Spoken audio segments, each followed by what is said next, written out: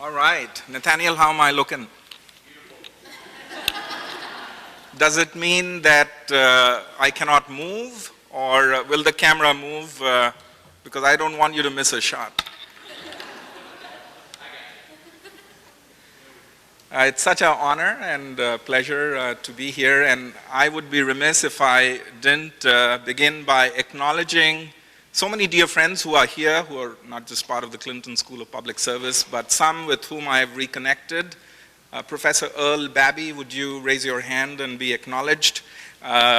Professor Babby retired 3.5 years ago from Chapman College. He's, I believe, one of the most prominent sociologists who has made tremendous contributions to the field. I began reading his books 28 years ago. My mother would read them to me when I was a little boy. So thank you, Earl, for coming down. This became an opportunity for us to connect. And I also know we have friends from Euler and Mr. Banks. Yeah, we've got to get even, Mr. Banks. Yeah, yeah, okay. So we have a PowerPoint. And some of you would say, okay, yeah, you know, that's normal. Kate is shaking her head, and so is Kim. Because I guess in our classes, in the little sessions we have, we sit around in a circle and, you know, the day goes by, at least for me. The others are squirming and wondering what's happening. So today we are going to do a straight lecture. No? How does that sound, Hallie? Yeah? Okay, but we'll tell a few stories, and do I need to point this somewhere?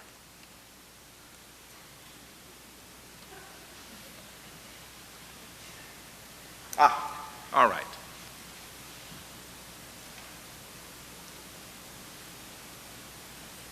You know, this clickety clicker is very good, very reliable. So, as I think Mokshta alluded to, we come from a certain part of the world, and there are some people from that part of the world whom some of us know, or we at least know about their work. So, in order to talk about positive deviance, of course, there are different ways of approaching the topic, but I'm going to tell you a few stories. And see if you can keep these stories in your mind or play with them actively. And then we can perhaps wrap our heads around you know, the implications that they have for the topic under discussion. Whom would you like to go first to? Mother Teresa or Mr. Gandhi? Mother Teresa, okay, Mother Teresa. I first learned about Mother Teresa, really learned about her when I was 14 years old, living and growing up in the city of New Delhi. There was television for 3 hours, black and white, every evening. Usually there'd be 100 people in your house, you know, watching television because it was a novelty. And there was a program on Mother Teresa. And when you're that old, you think you can do anything. So after the program ended and I was inspired, I wrote a letter to Mother Teresa. And you know, those things happen when you're 14 years old. And lo and behold, there was a response. And within a matter of days, an envelope arrived in her own handwriting. And on the top left, it said, Ma Teresa. It was a pretty thick envelope. My letter was a page long, and her response was about 4 pages. And that led to, you can say, a corresponding relationship that lasted for many years and provided numerous opportunities for me to connect with her and be in her presence. So I became a sucker for Mother Teresa stories, no? And I have many, which I'm happy to share, but here's one. In the early 70s, Mother Teresa arrives in Washington, D.C. She's on a private visit. She's met by 2 sisters from the Missionary of Charity, the organization. And there are also only about 1,000 people who have come to greet her. And she wasn't expecting them, and they're very excited. They've got placards, and they say, Mother, we're delighted you're here. And she says, well, my child, I'm very happy for this reception. Thank you. And I said, Mother, we are having a march tomorrow in Washington, D.C., and we'd like for you to march with us. And she says, my child, what's the march about?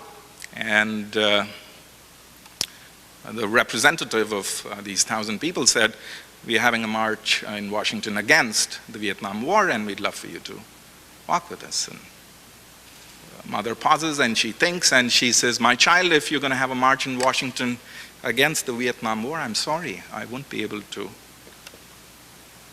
walk with you. And the representative, the people behind who said, what did she say? What did she say? Is she coming?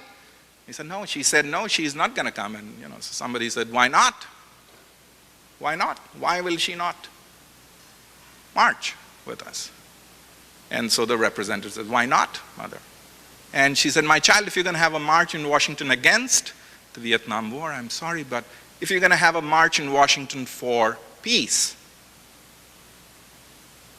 I will be the first to lead. Okay, so against the war, for peace, are they one and the same thing? Maybe for some of us they are.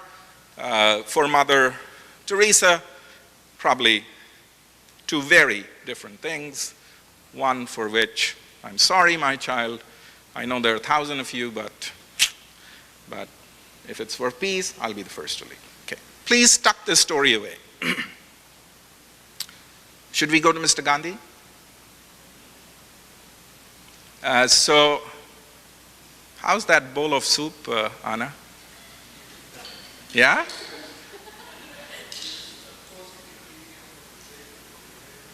I tell you, yeah, my tummy did a rumble and tumble as I looked at you.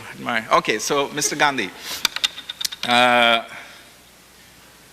are many stories. I'm also a collector of Mr. Gandhi stories, and well, I'm the first generation that was born in a free India, and he was assassinated 6 months after India became independent, so my paths didn't cross with him. But in many ways they seem to have, because the many people whom I know who had including many in my family, my grandparents and granduncles and aunts, who had the chance to work with him. So there's some stories which have been part of the family lore. And in particular, some of you may know that Mr. Gandhi always traveled third class. When he returned back to South Africa, returned back from South Africa to India in 1915, he had lived in South Africa for 27 years. That's where he'd honed his practices of nonviolence or civil disobedience or whatever you may call it. And after that, he decided that he was going to live like a common man. And in order to understand India and to understand its 400 million people, you don't live like a lawyer who's returned from England or South Africa wearing your suit and tie and give a few lectures, but you live with those whom you wish to serve. And so he always traveled third class, because that's how the people in India traveled. And often when his train would stop at railway stations, and my father has a story of how his father put him on a horse carriage, and they rode for 18 miles. It took about 5 hours to get to a train station where, 2 hours later, Mr. Gandhi's train stopped, and my grandfather pointed and said, that's the Mahatma. My father couldn't see, but apparently there was the Mahatma. And so reporters would often perch themselves in advantageous spots, waiting for the train to stop so that they could ask him questions. So the train stops, Mr. Gandhi comes out, a reporter says, Mr. Gandhi, why do you travel third class? And those who were around said that the tone was a little condescending. Like, you could do better. No? Why do you travel third class?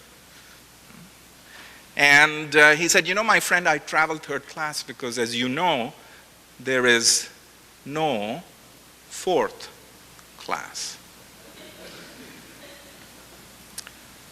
So if you would park, again, this story, Mother Teresa for peace, Mahatma Gandhi fourth class, maybe we can begin to collectively make some sense of what positive deviance is.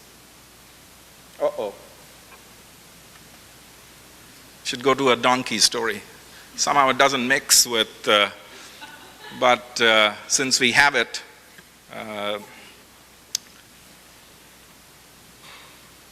here's your third story, no, to park.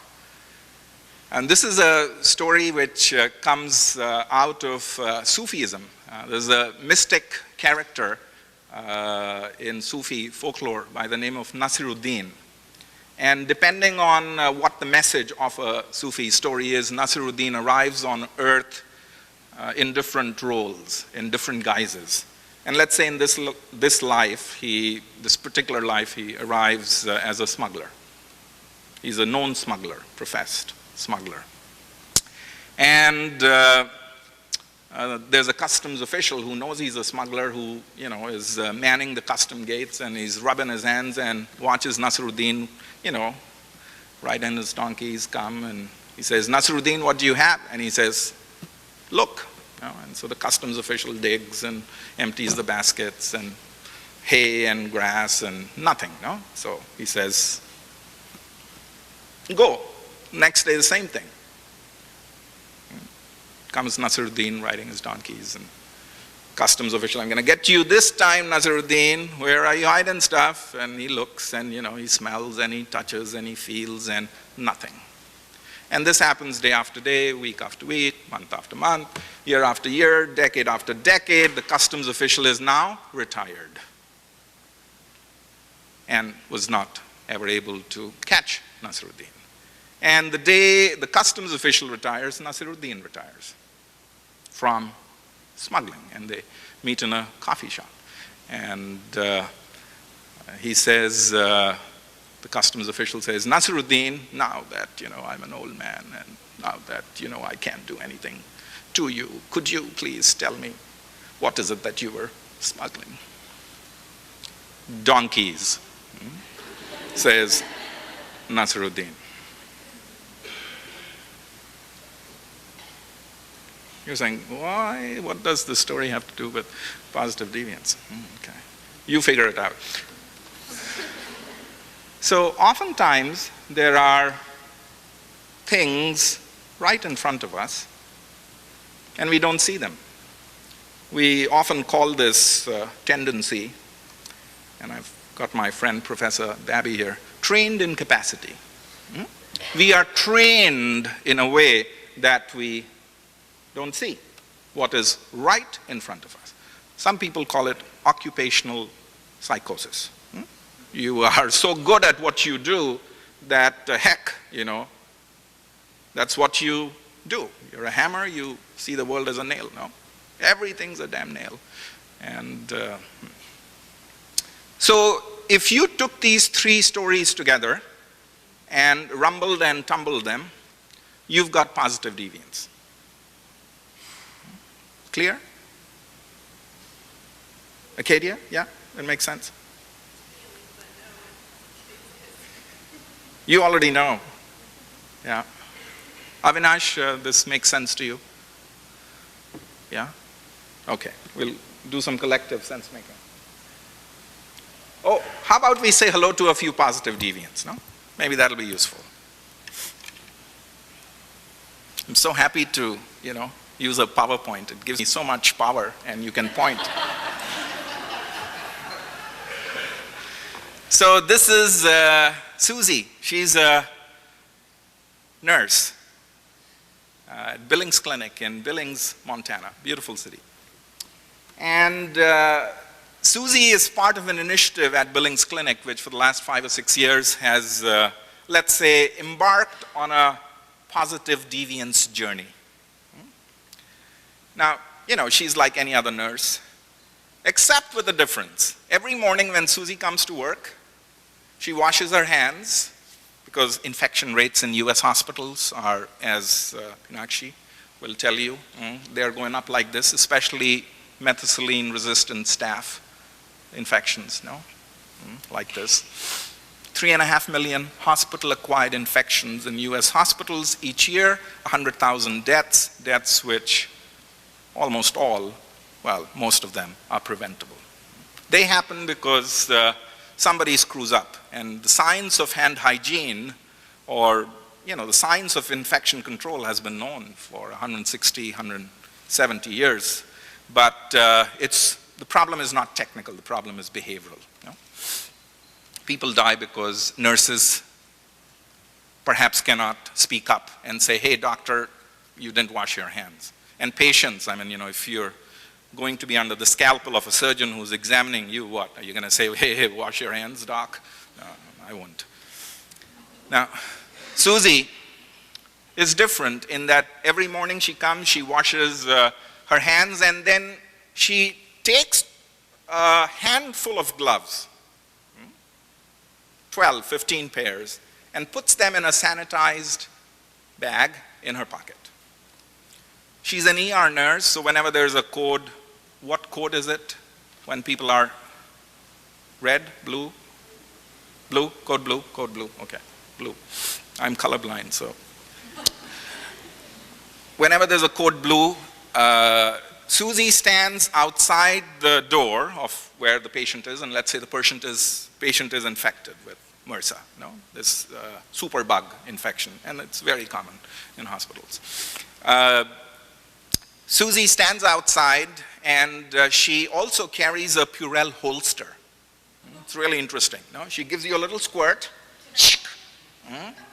and then she gives you a pair of gloves, and in you go. And when you come out, she has a container, and she makes sure that and she gives you another squirt. Okay? Now, Susie is not the norm. This is not what all nurses do.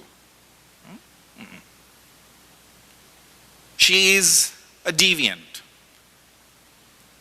And she is a positive deviant because she engages in behaviors that lead to, let's say, more positive outcomes for everybody, in the hospital. Infection control, in this case. Susie's been doing this for the last 15 years, okay? So often, these deviants are invisible. They've been doing this is like Nasruddin riding their donkeys. We don't even know where to look. Say hello to Jasper Palmer. He's at Albert Einstein Medical College. Jasper is not a medical doctor, he's a transporter. He's been transporting patients from one unit to the other, from one hospital facility to the other for the last 30 years. And for the last 30 years, Jasper has developed on his own a system which takes 20 seconds, which is demonstrated in these 5 visuals. If you are gowned and gloved up, which is an important practice, Jasper, in a beautifully choreographed, performative, you get the idea, takes his gown off, begins to roll it, takes his gloves, rolls them, and the gown and the glove become one little ball, and then he tosses them in the trash can. Now, he's an exception. We know we've got Pinakshi ji here. Do you also de-gown and de-glove this way? Most of us de-gown like this, no? You get the idea? And you can think about infection control, what that does. Yeah? In fact, they did a study at Albert Einstein. What does this do in terms of containing the infection? Yeah? Imagine lots of gowns, lying around or, spilling out. The trash can, of course, gets very full very quickly. It needs to be emptied. And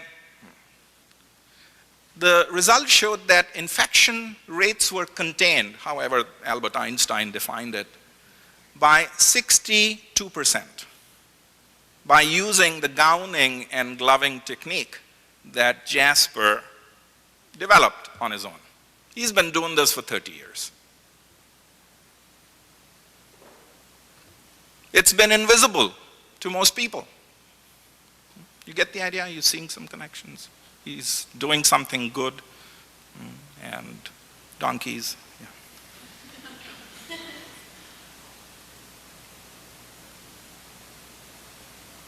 Oh, let's say hello to Daryl. Usually we think in hospitals, when it comes to infections, patients are the problem, no? Right? Damn, if you didn't have these patients, and if they weren't infected, heck, would there be an infection? Daryl is a veteran, so this study, my paths crossed with Daryl at the VA hospital in Pittsburgh when we were doing a study of the positive deviance initiative at the VA hospital. And Daryl has figured out a way to make sure that before anybody touches him, a healthcare worker touches him physically, because MRSA is transmitted through contact, no? And it has a shelf life about 6 weeks. You can transfer MRSA like this. Of course, you may be colonized. It doesn't mean you're infected. For infection, typically a needle prick or a boil or a pimple would do it. So what does Daryl do? If he hears footsteps, and let's say it's a nurse or a doctor, whoever is walking in, and if Daryl doesn't hear the wash basin run, or he doesn't hear the foam dispenser go squish, Daryl refuses to make eye contact. He turns away, no? Instead of looking at them, he looks at them and he just turns away. And he's smiling. He's playing his little game. And then he looks at the provider and looks at the wash basin. And looks at the provider and looks at the wash basin. And looks at the provider and looks at the wash basin. Until they get the message. And he's smiling and he's playful. No, he's even winking and saying, no, if they need those additional prompts. Now, Daryl is not the norm. He is an exception. He has figured out on his own what it takes for him to protect himself as a patient from healthcare providers who may not have been following what they should be following. He's a positive deviant. He's a statistical deviant, yeah? Not everybody does it. He's 6 standard deviations away, or 5, or 4, or 3, or you get the idea. And he has some knowledge, some wisdom, which can be helpful. So thanks to Daryl, Daryl said, hey, why don't you, for others who can do what I do so well, just go ahead and put a little sign and they can just point at the sign, no? Now, this is one of my favorite medical doctors, the guy who's in the center, Dr. Walt. He's also at Billings Clinic. Now, what's different about him? Just in terms of does he look like he's got no long coat, yeah? Heck, no full sleeves. Shit, sorry. No tie. What kind of a doctor is he, no? No jacket. And you see how his stethoscope, and inside his pocket are some alcohol swabs, no? This is like the holster, Susie, no? Walt knows that long coats, long sleeves, ties are vectors of infection transfer. That's no rocket science, but he knows that. He also knows that the stethoscope is a vector of infection transfer. Imagine, no?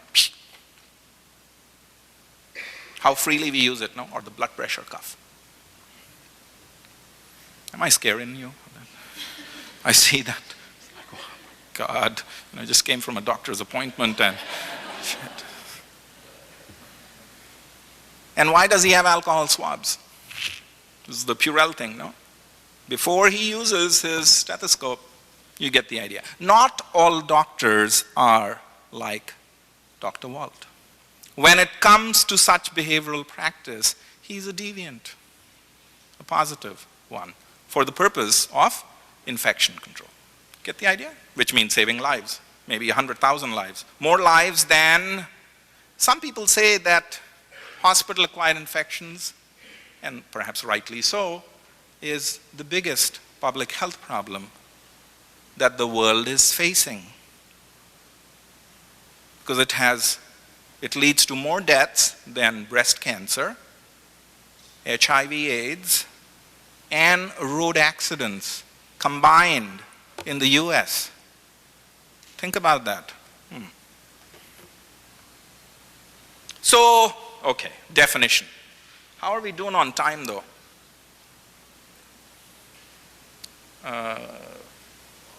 10 minutes? Okay. It's 12:30? We can stop now and, then there's some beautiful books to...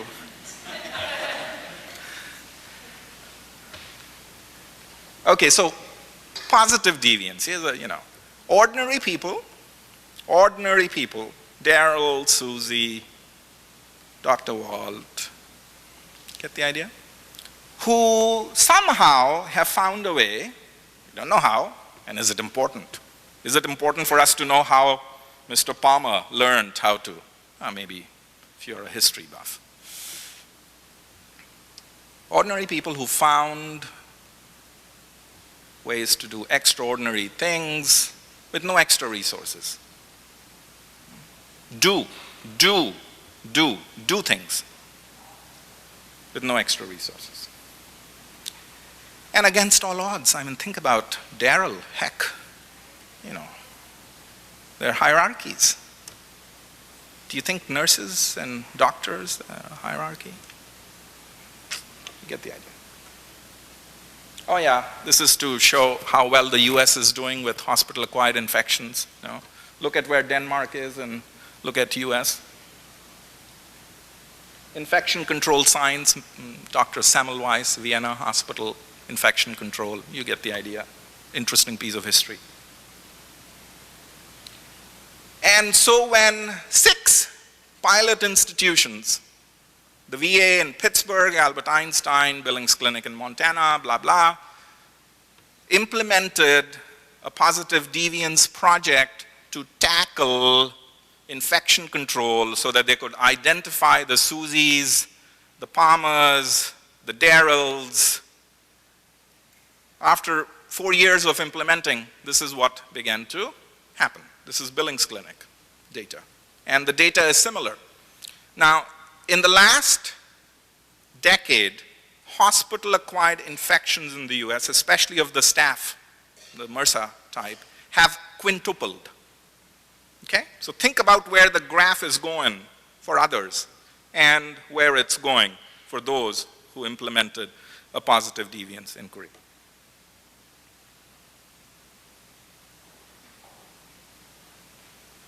And there was a project, I was involved in this, funded by the Robert Wood Johnson Foundation, to study, the implementation in these 6 hospitals, and this is what the result was.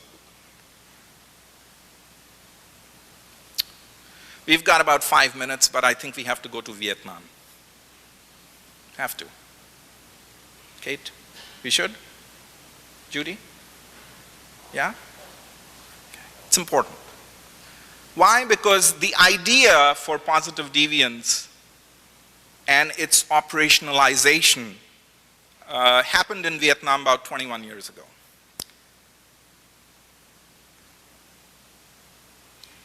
Jerry Sternin, the late Jerry Sternin, he passed away in 2008, he's a dear friend, arrived in Vietnam to set up an office for Save the Children. to launch a malnutrition project for Save the Children, wearing a Save the Children tie in Jerry's honor. And the next day he's called into the Ministry of Foreign Affairs, and the deputy minister sitting behind a big desk says, "Sternin, you've got 6 months." Says, "What?" "Yeah, you heard me, you've got 6 months." So 6 months, 6 months for what? 6 months to show results. And now Sternin has been doing this for 20 years in different countries. And he knows that it takes about 2 years to set up an office, hire staff, get a fax connection, begin to make contacts, put your child in school. You get the idea. This guy wants results in 6 months. Crazy. You can't do what you've been doing. Around that time, there's an article that came out of Tufts, written by a nutrition professor, Marion Zetlin, who's on my Facebook friends page. She and I, she's in Senegal these days. Watterson, you don't believe me? What was that chuckling all about?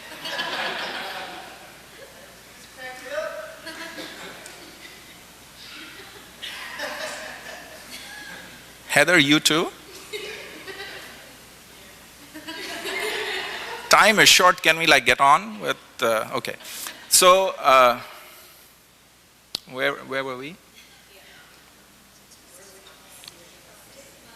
6 months, okay. Marion Zetlin, no? And Zetlin is a professor of nutrition, and she does a meta-analysis. No? You know what a meta-analysis is? Find out, no? Google it. And so she's reviewing, hundreds of studies and blah, blah, and she says, maybe we, nutrition folks, have gotten it all wrong. Now that is a very difficult statement for an academic to make. That maybe we've got it all wrong, and she's blaming herself. And she says, in the last 30 years, every project that I've implemented, in every country that I've implemented, I have come across data that is an anomaly. That is 6 standard deviations away. And I believe in regression to the mean. I believe in prediction and control. And I have never really paid attention to that data. And what that data signified to me was that in every country, every project, every community that I've launched a nutrition project, or others have, we have found people, households, who are the poorest of the poor, who have access to no special resources, but somehow who found a way to keep their children well nourished. There are very few of those to have those conditions. Poor families, no extra resources, unexplainably or inexplainably, their kids, when it comes to their growth charts, are doing great. And she coined the term positive deviance. They're deviants. They're not the norm. And she said, maybe we've got it all wrong. We've begun by identifying what the problem is, what the deficits are, and of course putting on our nutrition hats and our problem-solving hats and our public service hats and our social change hats. We've been trying to fix the problem. Why haven't we studied those who in the most difficult of circumstances have found a way to keep their children healthy? It's a good question. It's a framing. She is saying, let's focus on what's working and lots working with those with whom it shouldn't be working. Mother Teresa, against deficits for. I'm making these connections for you. You should be doing the work.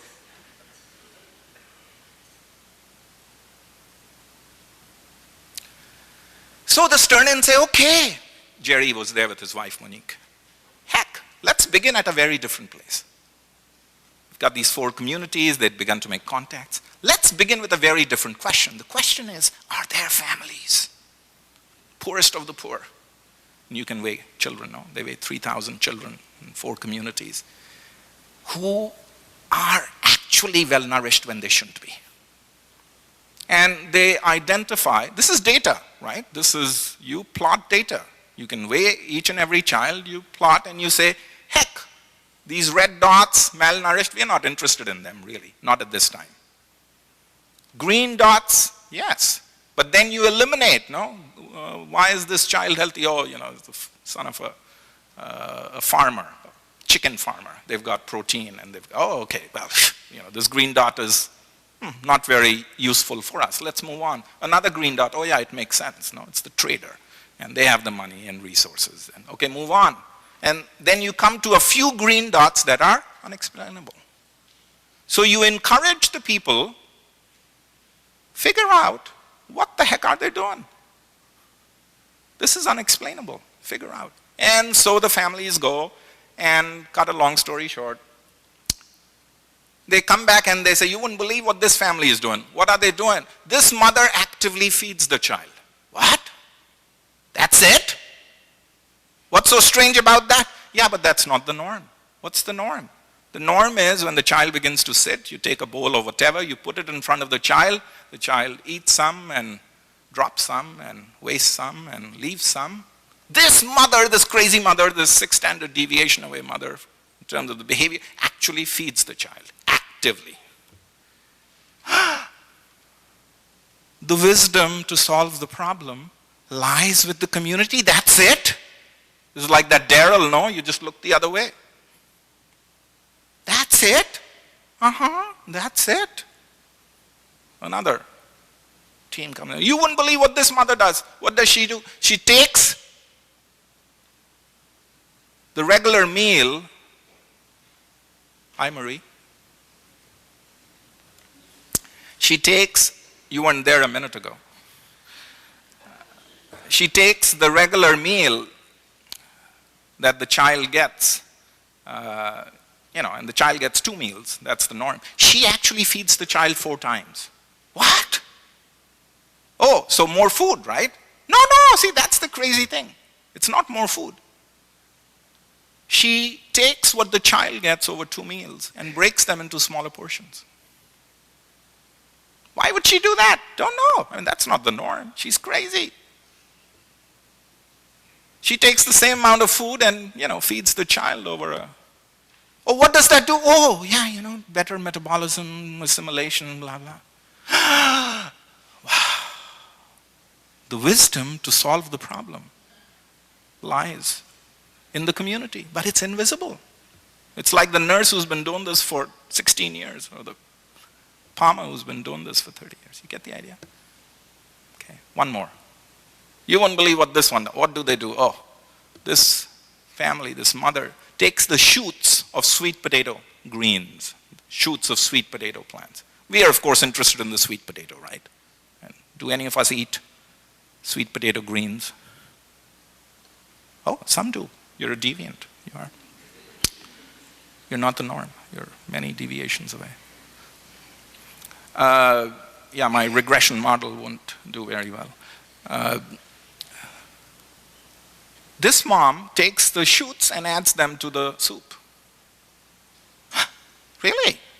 What does that do? Sweet potato, this is vitamin A, beta carotene. And if you take an ounce of sweet potato greens and spinach, Popeye, when it comes to micronutrients, sweet potato greens beats the heck out of spinach, no?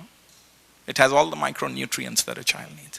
Oh my God, we've got fields and fields full of sweet potato greens. The resources to solve the problem exist with the community. You get the idea? Okay. Forward.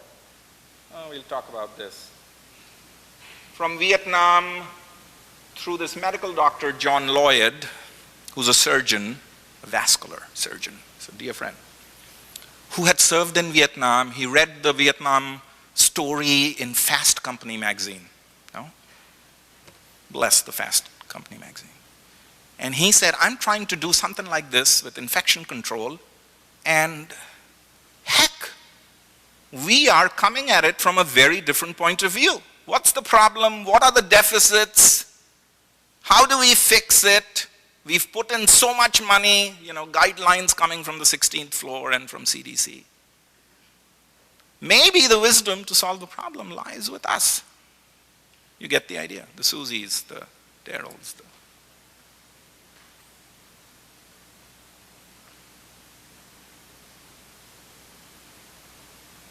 So, in summary, just wanted to impress you with my PowerPoint now. I usually throw in a few just, with data and all that good stuff.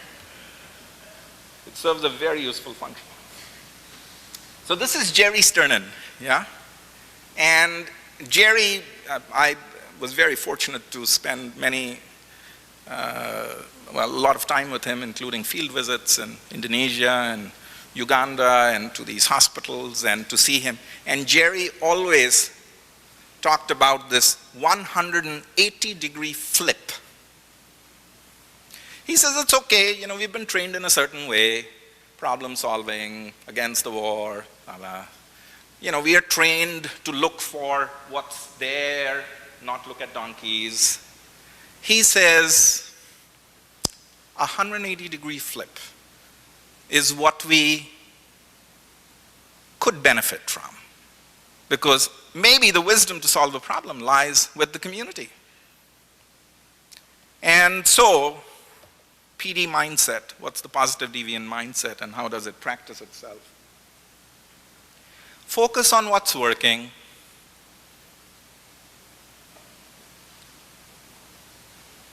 Solutions exist with ordinary people. If you can look. This is something which you can ask me in the Q&A if you wish. PD is all about practice, acting your way. It's not about telling people to do this. It's about having people, you can ask me in a Q&A if you wish. PD, by its very definition, you can begin now. Somebody's doing it and doing it now. So heck, why do you have to wait? You can begin it now. And by its very definition, somebody is doing it and doing it with no extra resources. So it doesn't really require too many resources.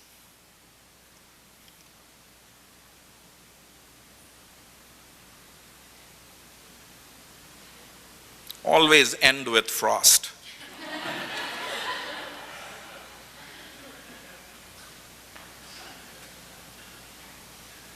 Oh, I forgot my applause slide.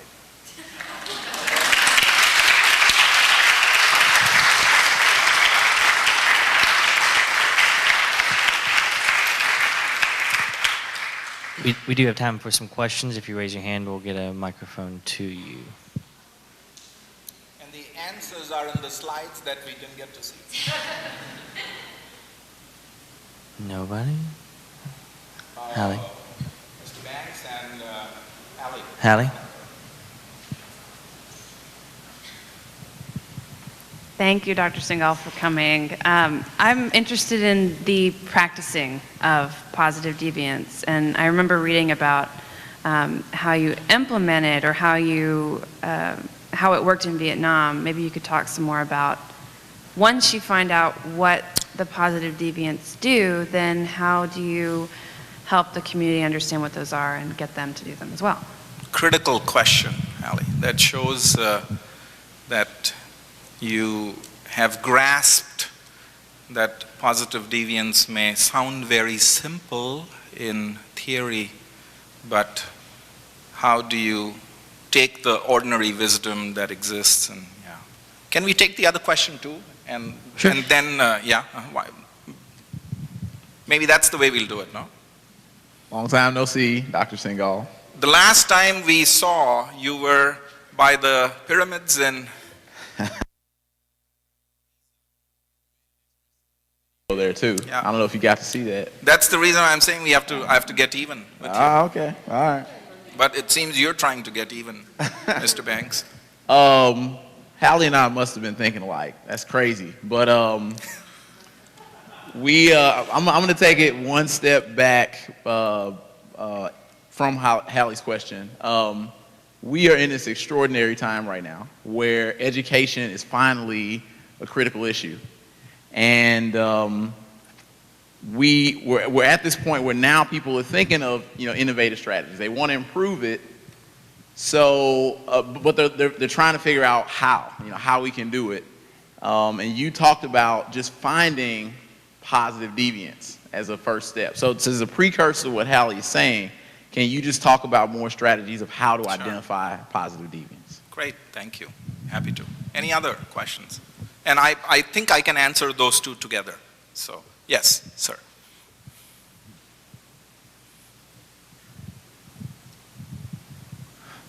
Thank you. I work with a group of colleagues here on the neighborhood with Heifer International. And our friend Tom's there. Yeah, I saw Tom and Edwin. Yes. And many more that are there. And I had the opportunity to look at positive deviance about 6-7 years ago.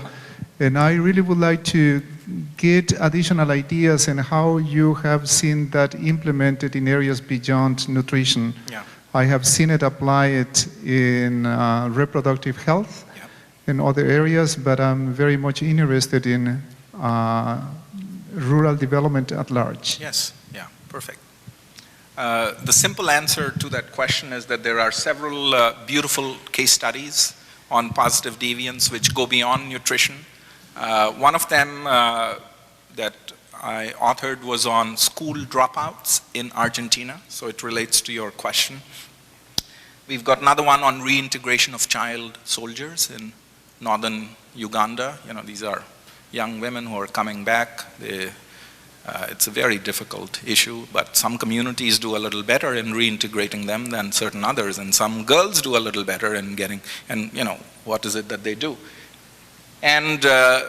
And there's also one that I've done, which is not here, but I can send it to you electronically, on neonatal and maternal care issues in Pakistan. And there are many others, HIV, you talk, there are lots of positive, FGM, there's a study on how positive deviance was applied in Egypt to address the issue of female genital cutting. And you're saying, oh, really? Yeah. Mm-hmm. And it's well documented, it's well researched. So that literature is there, I can make that available to you. My library is yours. Let me talk about the issue of what happens once you identify.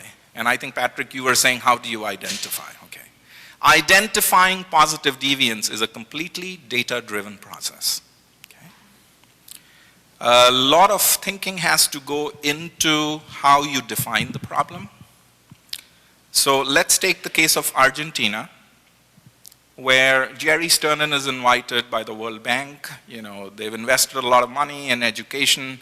And there's one province, Misiones, where elementary school graduation rates, if you enter grade 1, the chances of you graduating at the end of grade 6 are half. Big problem. And they pumped in all kinds of money, this is a disgrace, a national disgrace, and why is it happening? And more teacher training, and more this, and more that, and you get the idea. More out-of-school programs, and nothing. They really, they did maybe, give you little blips, but the issue was, the problem was framed as being a problem, and what's not working, and let's try to fix it with our expertise. So Jerry Sternin arrives in Argentina, and there are principals and teachers from about 50 schools from Misiones province who have been called to meet this consultant. And Jerry says, well, this is my first time in Argentina, and he's speaking through a translator, and he begins to say, well, I don't know whether this is useful, but I want to begin by telling you a story. And he begins to talk about Vietnam, and 1 minute into his story, a man who's a principal gets up and he says, Senor, Argentina is not Vietnam. Thank you for coming. I don't think you even know we haven't been paid for 3 months. These parents, they're lazy. They don't want their kids to go to school. These children, they don't want to study. You know nothing about us, no? Thank you. And Jerry said, well, Senor, you're right. I know nothing about your country. Argentina is certainly not Vietnam, and clearly you feel that the parents and the students and so on, they're not doing their job. You're doing your job, but you're not being paid. Yeah, it's complex. But Senor, I do know one thing. Of these 50 schools that are represented, there are a few schools which are in the poorest of poor neighborhoods and areas where the teachers have not been paid for 3 months, where the parents are lazy and all that you said. But they have enrollment rates of close to 80%. So the wisdom, maybe, to address the issue lies here. And if you're interested, maybe we can try to figure out what's happening. Because I do know for a fact that. You get the idea? The hands begin to uncross, no? And some people actually left. Yeah, this happens, no? Waste of time. You collect your World Bank per diems and leave.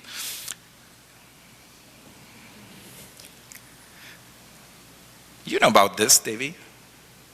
Yeah, of course. You work for the World Bank. Yeah. So,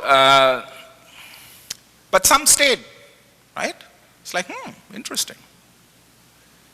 And so the question was data, no?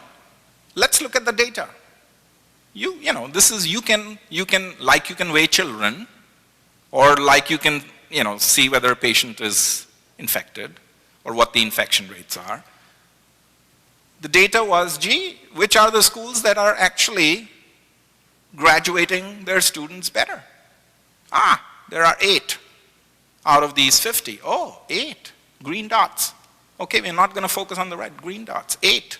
Whoa, okay, let's go through them. What school is this? Oh, this is the school in the provincial center, no? The mayor's daughter is the principal. Okay, we'll leave this one out. And you pick up 4 schools, which are unexplainable, because the parents there are, supposedly lazy. The kids work in tobacco fields because, okay, well, what's going on? Let's try to figure out. So self-discovery is key. So identifying deviance is related to the notion of how you frame the issue. And you have to frame the issue in a way that it's measurable. It's critical. So we've done work with hospitals where people would say, oh, our problem is that we don't communicate well. And you say, heck, how are you going to measure that? And this is an epiphany. We worked with Waterbury Hospital in Connecticut, and they were saying, we've got this big problem. We don't communicate. What does that mean? How do you, And then we said, medication reconciliation. When a patient leaves the hospital, and if they've been in the hospital for 10 days, we know that when they return home, often they don't reconcile their medications, meaning they don't follow the directions about what to take or what not to take after they've left. And that's a communicative problem which is measurable. Because you can call the patient a day after the patient is discharged and ask them, hey, what medications are you taking? That's measurable. And when they did that at Waterbury, they realized that 70%, believe it or not, of the patients who were discharged in the last week were not reconciling their medication properly. Now you know that you can look at those 70%, the 30% who are reconciling, and of those 30%, find that 1 or 2 or 3% who don't speak the language, who don't have any health care, who come from immigrant communities, but heck, they've been able to reconcile their medication. How? Because a nurse draws them, a little sun and a moon and a clock and heck, it's the nurse and the interaction with, you get the idea, okay? So how do you frame the issue? How do you then use data to identify, in a statistical sense really, what's working, what are the various parameters within which it's working, whose behaviors does it entail for it to work, and then you have the community self-discover. Self-discovery is key. It's not that you as an expert say, this is what, hey, look at Daryl, look at, the community has to self-discover. It's a long process. And once they self-discover what the behaviors are, they are not told, do this. The role of the facilitator, and we can talk more about this, is to create a program whereby which the discovered behaviors are put into practice. You begin with practice. So for instance, at Billings Clinic, once these behaviors were discovered, they did 500 improv role plays. Think about this, theater in a hospital, no? And did the physicians buy it initially? It was like, crap, no, I mean, I'm not going there. But there were a few people who persisted and so on, because they began to discover not just existing practices, but also new practices. So for instance, if you're transporting a patient who's infected, heck, the patient's gonna come in contact with so many things. And a nurse says, what if we take a sheet and put it on top of the patient? Yeah. So not only do you look at existing wisdom in practicing, but you also create new wisdom, which you may not have thought. So acting one's way into a new way of thinking, beginning with practice, it's not KAP, knowledge, attitude, practice, it's PAK. You begin with practice because it's far easier to act your way into a new way of thinking, act your way into a new way of thinking if your experience is good, than it is to think your way into a new way of acting. I mean, we all know we should floss our teeth how many times and, run or, exercise, but do we do it? It's thinking our way. So I hope that sort of answers your question, but some of the answers are in this material that's here.